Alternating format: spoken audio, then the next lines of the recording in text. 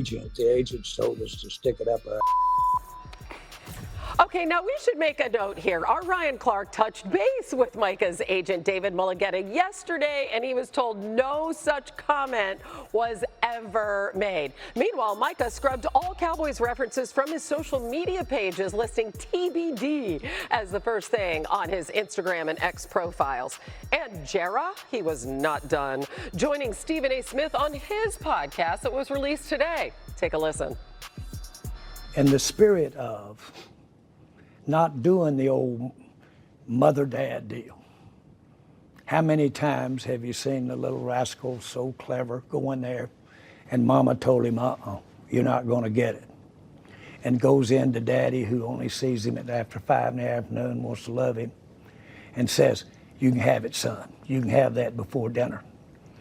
And he goes back in and says, Mama, Daddy said I could have it. That's the old mom, dad, been around since the beginning of time. I'm not going to go for that here. That's what's happening.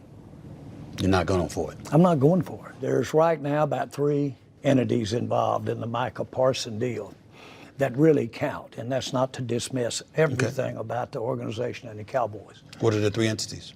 Micah, me, sitting out there, and about a mile back is that agent.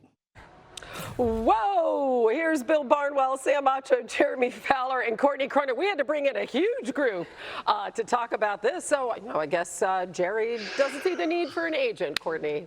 This whole mama-daddy analogy, and there's a child stuck in the middle of that being Micah Parsons. I would just like to know where the adult in the room is. Do you think the child is Micah, or maybe it's Jerry? I think the child is Micah because he's caught in the middle between the owner of the team, the guy who signs his check, and his agent, who he is collectively bargained and allowed to have as his representation. And the way that I see this, and the more that you listen to Jerry and the conversations that have apparently taken place about the two of them meeting, Jerry giving him a figure, saying he's going to make him the highest paid non-quarterback in the NFL. He doesn't do this for everybody. Respectfully, he's not doing it for the right guard. He's not doing it for the number 2 receiver.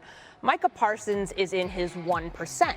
And Jerry views that as, this is rare territory. When it's rare territory, I'm the one stepping in and I'm the one negotiating directly with the player. And I think Michael looks at that and says, respectfully, I employ David Mulligetta, the most powerful agent in the NFL. That is who I want to do my business. And Jerry's offended by that. There's a lot of ego involved here.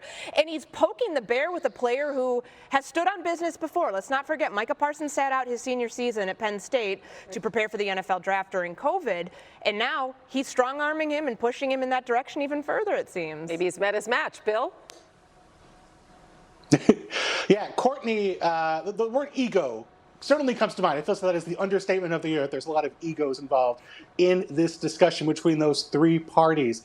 Micah Parsons is the latest in a series of Cowboys players Jerry Jones has waited to pay. He waited to pay Dak Prescott not once but twice. Waited to pay CeeDee Lamb until his 5th season in the NFL. Waited to pay now Micah Parsons into year 5. If he had got these deals done as early as possible, after their 3rd season in the NFL, they would have saved about $82 million.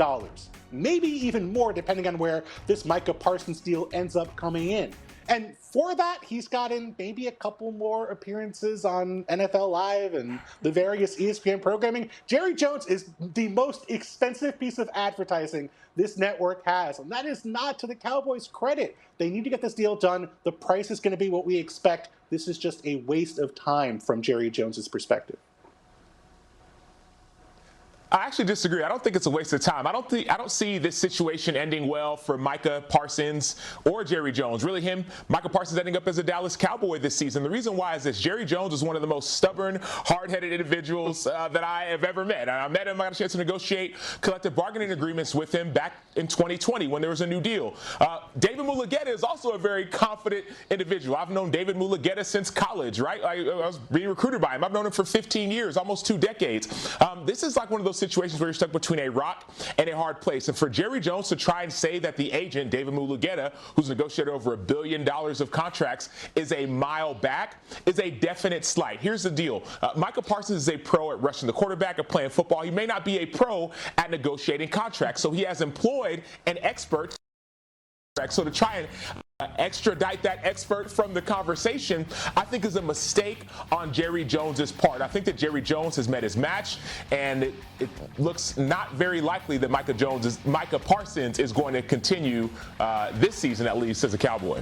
The market has been set, as we can see. At best, it just seems unprofessional to leave an agent out of the equation. Meanwhile, he has asked for a trade. Any chance of that happening, Jeremy? Yeah, Hannah, there is interest. I've checked with sources in Dallas. I was told multiple inquiries have come to the Cowboys about a potential trade for Micah Parsons. There would be several teams that would love to get a pass rusher like that with his age, production, premier player. I was told Dallas really doesn't have any plans on moving him unless it's some sort of just crazy, almost like a Herschel Walker type trade that they did 3 decades ago. It would take something like that. That's probably not coming. So reality will set in that they're going to have about 10 to 12 days before the season comes around to try to hash something out. I still, despite all this turmoil and everybody going through the playbook of how to create problems in negotiation, there is still time and optimism in Dallas that they can get something done in the next 10 to 12 days, possibly. But there are some feelings hurt there, so they would have a lot of ground. And you remember the whole adult in the room thing. I have a lot of people asking, why isn't it the NFLPA? Why at this stage? To my understanding, the only way the NFLPA would get involved here is if Jerry Jones tried to go around Micah Parsons, tried to go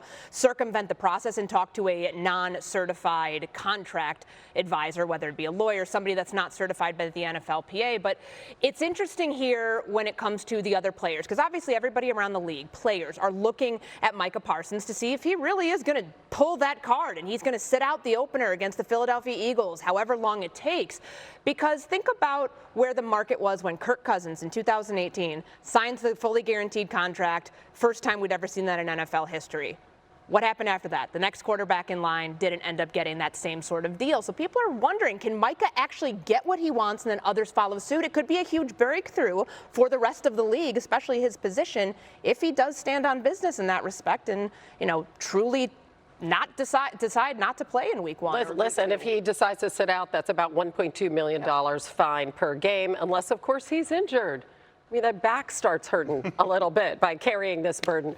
All right, coming up, some trade news this afternoon, as well as the Commanders officially moved on from Brian Robinson, sending him to San Francisco. This wasn't a surprise. We've been hearing talks about them dealing him for a few days now. Jeremy, what more can you tell us?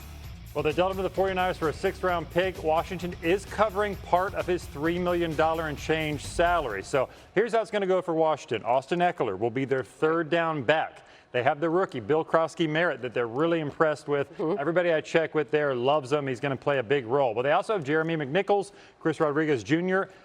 Checking with people there, they feel like all 4 will play in some capacity, that their backfield could look a little unconventional in that way until somebody emerges. Meanwhile, we've seen Christian McCaffrey be injured. Not that anybody can replace him, but how do you like this move for the Niners, Bill, just to get some depth at that position? I like it. It's real peace of mind for the Niners with their backfield. Now you have a back you can sub in for 10, 15 snaps a game early in there with Christian McCaffrey. And if McCaffrey goes down, we've seen Brian Robinson shoulder the majority of a starting workload. I know they have Isaac Guerrero, who's banged up. They liked him last year, but he's more of a home run hitter, not really as consistent between the tackles. Robinson can be that back on a 1-year deal. So obviously not a huge investment here from San Francisco's perspective. I like the deal. I like the fit. And I think it's going to be a situation where they might get a comp pick next year in free agency when he leaves. This could be really a free rental if things work out for the Niners. Of course, the big move everybody wants to see the Commanders do is sign Terry McLaurin. No news there. Meanwhile, the Giants blew out the Patriots in their final preseason game, 42-10. Jackson Dart threw his 3rd touchdown pass in 3 games, just continues to impress. Here we are, the opening drive. This is a 2nd and 6, and he drops back and finds Gunnar Olszewski. 50-yard catch and run, putting the Giants in the red zone. Fans in New York are going absolutely crazy over the potential of this rookie. Later in the drive from the 7, he connects with his tight end, Greg Dulcich, for a touchdown, splitting the defenders. Nice tight window throw there Wow, and celebrating with Malik Neighbors as the Giants now lead 7-0. Here's Dart taking a snap, avoiding pressure. I don't want to see this. He's scrambling, gets the first down and more, but he takes a hard hit, fumbles the football. His head coach, Ryan Daboll's like, dude, I told you to slide. He enters the blue tent. He's telling the staff, hurry up, I want to get back out there. He's placed into concussion protocol and cleared, does not return, but Jameis Winston does. Goodness, Jalen Hyatt touchdown. He's fired up for all of the quarterbacks there. Here's Jameis afterwards. Just saying, they call us the Three Amigos, but somebody had the hat trick today. We turning up, and we got the Young Bucks, and we eat W's with the Young Bucks. You know what time it is. Go Big Blue. We turning up. We setting this thing out. Where he at? They running away. The Three Amigos, the Three Tutties. Obviously, Tommy Cutlets is in that group as well. Dart has played 4 drives in each of his 3 preseason games. That's 12 drives in total. He has been very clean. Nearly 8 yards per pass attempt. He has yet to throw a pick, has only been sacked twice. His 32 completions are the most this preseason by any quarterback without an interception. So we have that depth chart. We have Russ Wilson, Winston, Dart. What are you hearing from the Giants about their rookie? I'm hearing the Dart's been eating a W all preseason. He can't, like, he has aced the process. He's a fast learner. He's highly motivated. When you talk to the people at the Giants, first thing they say, he's tough as insert expletive word. Like, they love how tough he is. Even on that run where he didn't slide, they kind of admire that about him, even though they want him to slide. Yeah. They love the mentality of the player. All that said, Russell Wilson's not going anywhere atop the depth chart. He's going to be playing week 1. That's the full expectation. But that leash could get shorter at some point. Dart has gotten a lot of second-team reps. The day I was there last week in a joint practice with the Jets, he was the number 2 guy in there. He was coming in the game after Wilson in most of the preseason action. So if something happens, he looks ready to step in. I mean, he has expedited the process. Yeah, there's something he has that nobody else in that room has, and something you need in the Brian Daboll offense, and that's legs. And we saw it on that 23-yard scramble. Now, admittedly, you don't want to see him try to turn into, I don't know, Marshawn Lynch at the end of runs. Slide, please. But that is a thing that, going back to Jalen Hurts at Alabama, Josh Allen with the Bills, and then Daniel Jones that first year Daboll was with the Giants. They've always wanted their quarterbacks to be able to run, whether that be on the boot and naked game or whether it be with the scrambles like we saw there where they cleared out one side of the field and they tell Jackson Dart, hey, if you don't see it, there's going to be space for you, run into it. So that is a really easy way to create some opportunities for your quarterback, pick up some first downs if you protect yourself, a way to pick up first downs without having too much pressure on you. That's a real opportunity for this offense. It's something that I do think Jackson Dart, who averaged more than 30 scramble yards per game last year at school, is going to do when he eventually does get into the starting lineup. And I hope that time comes later rather than sooner. Why do I say that? There is so much Jackson Dart hype, and understandably so. He's looked great in the preseason, but you have 25 years of quarterback experience in front of him that he would be adept to learn from. It'd be nice for him to actually take some time and not rush him into the starting lineup. Let Russell Wilson start. Keep Jameis Winston involved. I would even have Jameis Winston as the 2, and then let Jackson Dart throughout practice, throughout meetings, not just in the preseason, because the speed of the game accelerates when you go from preseason to regular season. Let him soak up all that knowledge from 2 consummate pros that will extend his career. There's excitement about what Jackson Dart has been able to do, but I think for the longevity of his career, it's better for him to sit and simmer rather than throw him out and have him start quicker than later. As long as they're winning, because there could be jobs on the line. And you forget, Patrick Mahomes sat that first year. They won 10 games, so they had that luxury. All right, we've got more coming your way on NFL Live. Wide receiver concerns looming in Minnesota. Could they be eyeing some more help before the season kicks off? Jeremy Fowler has all the latest on maybe a former Viking coming home. And we get to see Caleb Williams one last preseason action for the Titans and the Vikings. One rookie we know is going to start right away this season, Cam Ward, and another essentially a rookie, J.J. McCarthy, as Lindsay Theory joins us now with more on the Titans. So how much should we expect Ward to play tonight?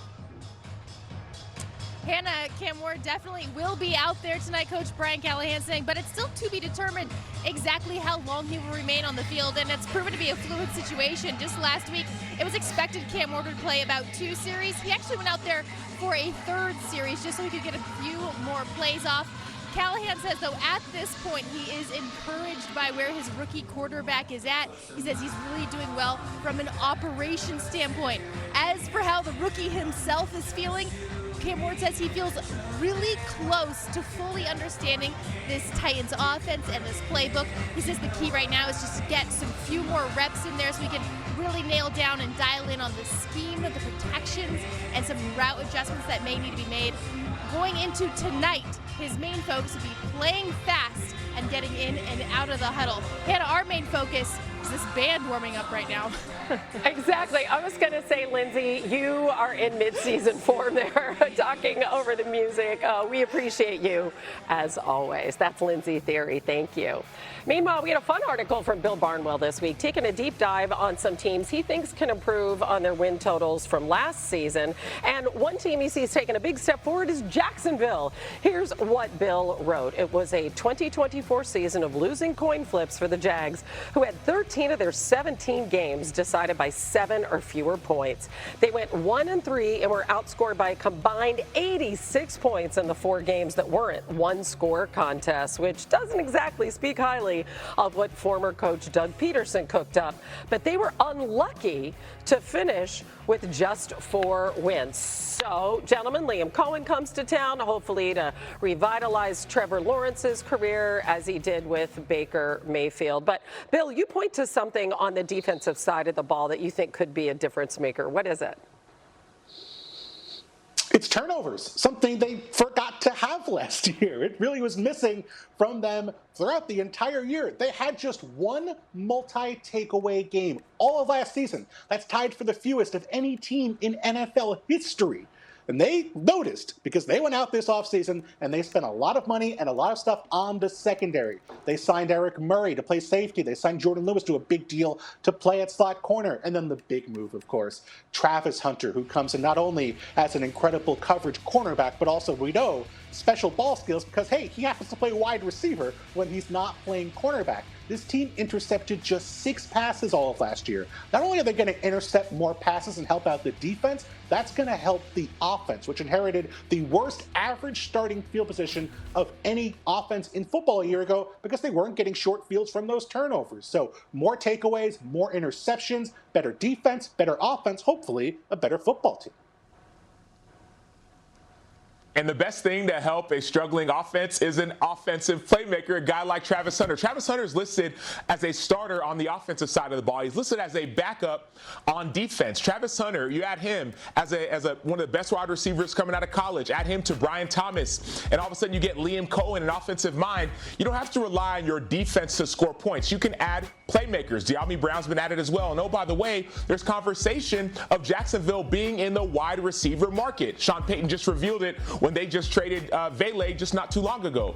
So the best way for this offense to get better and to be less sporadic is to get more playmakers, which they have in Travis Hunter, and also what they're looking for when it comes to a few trades that may happen in the next few weeks. They need Hunter on offense, they need him on defense, and they need him to stay healthy. It's as simple as that. All right, coming up with less than 2 weeks until kickoff, to work on her day job, all things Chicago Bears. What an encouraging performance by Caleb Williams in the preseason in week 2. What's the plan tonight against Kansas City? Starters will play, to be determined for how long, but Kansas City starters are also going to play, so that means he goes against a starting defense for however long he's out there. And the big thing from Ben Johnson, pretty soon they're going to start condensing the playbook. They have been challenging Caleb Williams in ways that he has never had as a football player, to challenging playing within structure, long verbiage, a playbook that is immense, 12 different installs. Soon that gets pared down, but how do you play within the confines of this offense? Starting with getting the ball snapped. There are still instances during Wednesday's practice where Caleb's breaking the huddle at 10 seconds. He tries to get to the line of scrimmage, realizes he has to kill the play. It's 2 seconds on the play clock. Can't get that off in time, delay of game. That's what they don't want to see, Hannah, because those were some of the pre-snap issues that had been occurring throughout training camp, especially early on. This late in the game, they want to see those mistakes cleaned up. They want to see a clean operation in terms of what he's doing when the ball actually is snapped, going under center, being in the shotgun, being able to deliver the ball with timing and anticipation, all the things that you saw against Buffalo, carrying over one more week in the final preseason game. Yeah, what I want to see is how does Caleb Williams handle adversity? Last year he got sacked 68 times, and on many of those sacks you saw him on the ground, not really inspiring confidence. Sure, you can blame it on the offensive line. You can blame it on the former play callers. But what happens if you get sacked or take a couple losses or you go on a short losing streak? You can talk about winning all you want, but at the end of the day, the quarterback is the leader of the team. You need to be able to inspire confidence. And so when things go good, like you've seen in the preseason, yeah, it's all fine. But what happens when you go through a rough patch? What is your demeanor? How are you leading the guys around you? How do you get out of that time when you're not quote unquote winning? That's what I'm most excited and eager to see from Caleb Williams this season. And that's something that Sam brings up. They've worked on specifically with Caleb Williams, body language. When Ben Johnson got settled in at Hallis Hall, not long after, he and Caleb Williams are watching back tape from last year, being like, is this what we want to be? We don't want to be a palms up team. We don't want to give up body language that looks like a defeatist mindset. And they've seen that before, by the way. They've seen it in games. Jay Cutler, I just keep thinking about him on the sideline. But like the thing that Ryan Poles told me is that there aren't days in the building, even after tough practices, like we've talked about, there's been the couple steps forward, one step back. Even on those days where he has a bad practice, he's not sulking in the building. It's not an issue with him, and that's something that they've been very conscious to work on with Caleb. Well, there's nowhere to turn. I mean, if it really begins and ends with Caleb, and they have the second hardest schedule in the NFL, so hopefully everybody will be very patient. All right, staying in the division, J.J. McCarthy will finally get on the field for the Vikings. He hasn't exactly had quality time with his top receivers, with Jordan Addison suspended for 3 games and Jalen Naylor with a hand injury. They were very happy to get Justin Jefferson back from a hamstring injury, but obviously this is the kind of injury they're going to have to continue to monitor. And as for Jefferson, he's now had 6 different quarterbacks throwing to him in his 5-year NFL career. Adding a 7th likely won't impact his production, though. He averages over 96 receiving yards per game for his career, the most in NFL history among over 3,400 pass catchers to play at least 50 games. Wow. So McCarthy's worked with 8 different receivers on the first team. Bill, what are the Vikings doing to support their young quarterback going into this season? Well, a young quarterback's best friend, outside of maybe Jameis Winston, based on the first segment, is running the football. And that is what I think the Vikings are going to lean into this year based on their offseason moves. Look at what they're telling us with their transactions. Well, they trade for Jordan Mason, who's going to help out Aaron Jones, and then they rebuild the interior of that offensive line. They sign Ryan Kelly and Will Fries away from the Colts. They use their first-round pick on Donovan Jackson. 3 new interior linemen around those excellent tackles in Christian Darrisaw and Brian O'Neill. This has been one of the most pass-happy teams in football on early downs over the last few years. Nothing wrong with that, but J.J. McCarthy is coming from an offense where, frankly, it wasn't like he was Patrick Mahomes. Like they were running the ball a lot at Michigan, and he was throwing when they needed to. So running the ball more often, not putting him in 3rd and long, that's going to be a way the Vikings make his life easier in what really is his rookie season.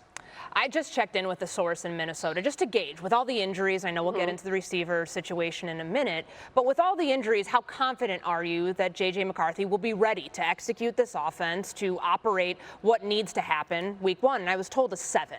And for a number of different reasons, it's the short-term memory. People forget that in the game that he got injured in the preseason last year, he threw an interception, and then he finishes that game with a couple of different touchdown passes. So the short-term memory he's been able to display, whether it be in practice, going against that Brian Flores defense that he goes through every single day, turning that into a great joint practice against what's projected to be a top 10 defense with the New England Patriots last week. The pieces are in place. The verbiage is going to shrink. The playbook is going to shrink for J.J. McCarthy. But Hannah, Lucky Jackson, Deshaun Jones, Thayer Thomas, do any of those names ring a bell? No, that's what I'm saying. Those are the receivers that he was throwing to this past week. Yes. No one has taken a snap in an NFL game. It feels like they have to sign somebody here. What about that, Jeremy? Yes, they have to sign somebody or trade for somebody, which I expect they will do in the next 3 or 4 days as roster cuts come. Adam Thielen, he's the name that is out there. There's a potential reunion on the books. Here's what I understand about the situation. The Vikings inquired to Carolina about Thielen early in the week, and then it was sort of quiet, but it's still out there as a possibility. The Panthers are not just going to give Thielen away. This is not a roster cut situation. He's really a part of their 3 receiver sets with the young players and Bryce Young. They like Thielen a lot, so they would have to come to some sort of agreement. He's due $6+ million in salary too. They'd have to figure out the money. So Minnesota is looking at other options as well, league-wide. They're talking to a lot of teams about the potential of adding a receiver. I do expect them to add one here soon. Yeah, I mean, what a comforting guy for a young quarterback to have. And he knows this offense. Let's not forget. I mean, Adam Thielen is the feel-good story in Minnesota. We both covered him at separate, different stints in Minnesota, and he's worked with J.J. McCarthy. They were a part of throwing sessions. It was C.J. Ham, T.J. Hawkinson, Justin Jefferson, and Adam Thielen this offseason, so he already has that familiarity with his would-be pass catcher and red zone threat. Wouldn't it be good to have Adam Thielen down there and on top of Justin Jefferson as well? Absolute money in the red zone. Bill? Yeah, the Vikings did clear out $3.7 million in cash with the Harrison Phillips trade earlier this week. So I know Jerry mentioned that over $6 million base salary. Maybe that clears out some of the money to get that done. Maybe Carolina eats part of it to get a draft pick. They have some young receivers they like in Carolina as well. So clearing out some reps for someone like maybe a Jalen Coker would make sense. So kind of everyone could benefit here. We just have to sort of see if we can get everything over the finish line. Yeah, Thielen would be a cool full circle story. Obviously, Jeremy's going to be all over that. All right, as we're moving on to some top stories with Jeremy, Jerry Jones has been making the rounds big time with media outlets in support of his new documentary. But of course, what everybody's asking about is his star, Micah Parsons, who has asked for a trade. And Jerry has not been shy on that subject. He feels that he and Micah had a deal. Jones sat down with Stephen A. in a podcast that releases today. There's right now about 3 entities involved in the Micah Parsons deal that really count, and that's not to dismiss everything about the organization and the Cowboys. What are the 3 entities? Micah, me, sitting out there, and about a mile back is that agent. Man, he's not only insulting his player, he's insulting one of the most powerful agents in the business, David Mulugheta. What's going on with this standoff? Well, Hannah, Micah Parsons is in a precarious spot because he wants to be traded, but quietly he's getting ready for a season. I'm told that he's essentially doing 2-a-days on his own. He's lifting and he's running. He's in all the meetings. So there are people with the building who believe that he will be ready to play week 1 and that he will play week 1. If you ask around on the player side, you don't necessarily get the same answer, that he's pretty dug in. So something has to give. They got about 10 to 12 days to figure something out. They've gotten trade inquiries from other teams. Dallas right now, I'm told, is not inclined to move on and make a trade on Micah Parsons. They want to keep him. Next, we have Brian Robinson Jr. traded to the San Francisco 49ers for a 6th-round pick. The Washington Commanders will cover a portion of his $3+ million salary, so this helps both teams. 49ers were decimated by injuries at running back behind Christian McCaffrey. They get some much-needed help. Now Washington gets to crystallize their running back room. Austin Eckler, 3rd down back. They have a young rookie, Bill Krosky-Merritt, they really like. Some other veterans will get some looks as well, and sort of a by-committee approach at running back in Washington. And you got the QBs with the Saints. Big weekend for both Spencer Rattler, who you see there, and Tyler Shuck, the rookie. My sense after asking around the league is that, Rattler could have a slight edge right now, but it has been pretty close enough to where Kellen Moore wants to see more. He needed to get through this week to be able to determine who his starter is going to be. But, Shuck has had some bright moments, so he's made a little bit of a move. And things are definitely in flux in New Orleans, but they're going to have a new signal caller regardless. They're still trying to sort all that out through the weekend. Yeah, and if they don't sort it out this season, there's always the quarterback-heavy draft coming up, which a lot of folks there are focused on. Still ahead with rosters nearly set, the Browns' quarterback situation remains a mystery, at least in terms of the backup job. But somebody here thinks that could be an fantasy football. The Browns went back to the familiar, the guy who came off the couch and led them to the playoffs a couple years ago, Joe Flacco. The 40-year-old will be the starter in Cleveland. Who his backup is, though, that remains to be seen. Dylan Gabriel and Shedeur Sanders will each get reps in their final preseason game. Sanders says he's ready for anything. I don't care. Whenever it's time for me to get out there and play, I'm going to play. Whenever it's time for the lights to come on, I'm going to do my thing. I'm not concerned about when it is. I'm not concerned about, how many reps I'm getting at this point is what it is. Because I know when the lights come on, when everything go on, when the pressure's on, you know who I am. And I'm always be that way. You've been talking a lot about Meanwhile, Kenny Pickett's still dealing with a hamstring injury. He hasn't seen any preseason action. What are you hearing about that quarterback room there in Cleveland? Yeah, so the Browns are trying to figure out whether they're going to keep 4 quarterbacks on the roster or roster cuts looming. I know that they do not plan to trade Dylan Gabriel, that's for sure. They also don't plan to trade Shedeur Sanders. They like the rookies and what they've done so far. It looks like they want to continue to develop both. So the question is, what do they do with Kenny Pickett, who's been out most of camp? They like what he was doing before he got hurt. So they're trying to sort all this out. They are open-minded about keeping 4 on the roster, which is somewhat rare, but they've done before in Cleveland. They're going to go from there. So you'll see this weekend Joe Flacco probably playing about 20 to 25 snaps, then Dylan Gabriel, then Shedeur Sanders. Gabriel has had the edge on Sanders so far.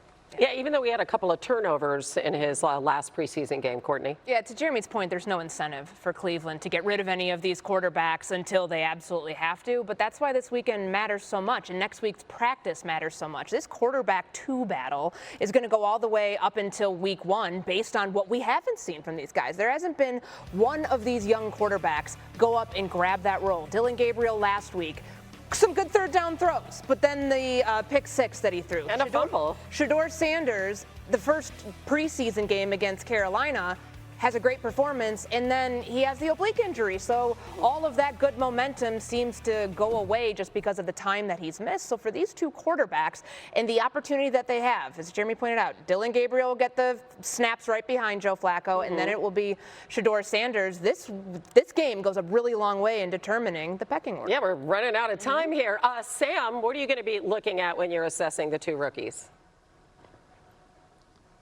I'll be looking for more of the wow throws that we saw from Shedeur Sanders earlier in the preseason. There were a couple of throws that were not rookie-type throws or, hey, I'm trying to figure it out throws. Those were NFL-caliber throws. That touchdown that he had rolling out to the left in the end zone. Also, some of the one-handed catches that you saw. These are like jump-off-the-screen type of throws. That's what I'm looking for from Shedeur. From Dylan Gabriel, I'm looking for him to take away those turnovers. You're going against the 2s and the 3s, and though Dylan Gabriel looks sharp, if you're evaluating him, you're going to look at the pick 6 and look at the fumble. So if he could reduce some of those and still shine against 2s and 3s, that'll help elevate him. But for Shedeur, keep the ball clean, use your legs, and then let those throws jump off the screen like you did earlier in the preseason. Right, try to not have those turnovers. Courtney, it was great being with you today. Thanks to Courtney Cronin for being with us. And in case you missed it, the Colts named Daniel Jones the starter in Indy, beating out Anthony Richardson. Now, Shane Steichen gave his reasoning on the decision this week.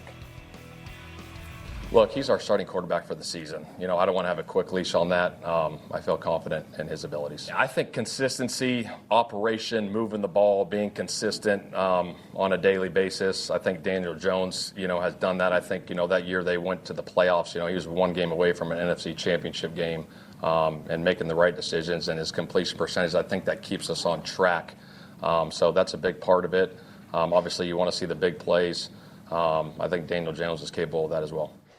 So, Jeremy, is he done? Should we actually be looking for an Anthony Richardson trade? He out of Indy? Well, Hannah, here's why I won't take that off the table. Okay. Derek Jackson, who's the agent for Anthony Richardson, is supposed to meet with the Colts and Chris Ballard, the GM, at some point next week. What comes of that meeting could determine a lot, because this is a player that's frustrated, not only frustrated, but wants to play. He knows he needs to play. He hasn't had a lot of reps, even dating back to high school. He feels like he needs to be on the field. He feels like he answered the bell at camp, had a good camp, answered the questions that they had about his leadership and his work ethic, did all those things. Now he has this frustration and has to figure out something to do with it. I had a great quote from an AFC exec today I was talking to. They said, put him on the Eagles and let him play a little bit. 1 read, run the ball. Like, he's still probably the most athletic quarterback in the entire league despite the inexperience. So people around the league are sort of toying with the idea of him being on another team. He wouldn't have huge trade value because the production's not there, but he would have value. Wow, I mean, to go from Indy to the Eagles, that would be quite a move, even with limited play. Not that they need it, but he would have to go somewhere, almost like Trey Lance did a couple years ago. Exactly. Where he built his career a little bit. Right.